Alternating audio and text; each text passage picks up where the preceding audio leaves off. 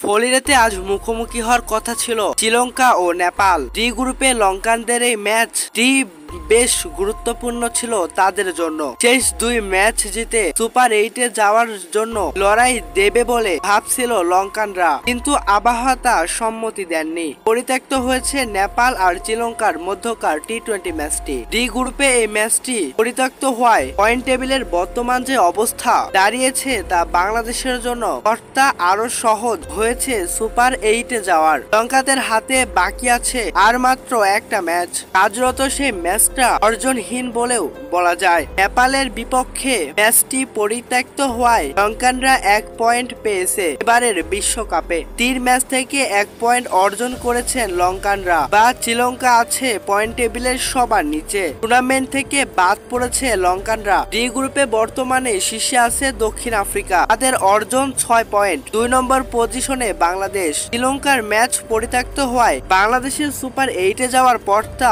আরো সহজ হয়েছে। পরবর্তী ম্যাচে নেদারল্যান্ডসকে হারাতে পারলে সুপার 8 নিশ্চিত হয়ে যাবে টাইগারদের।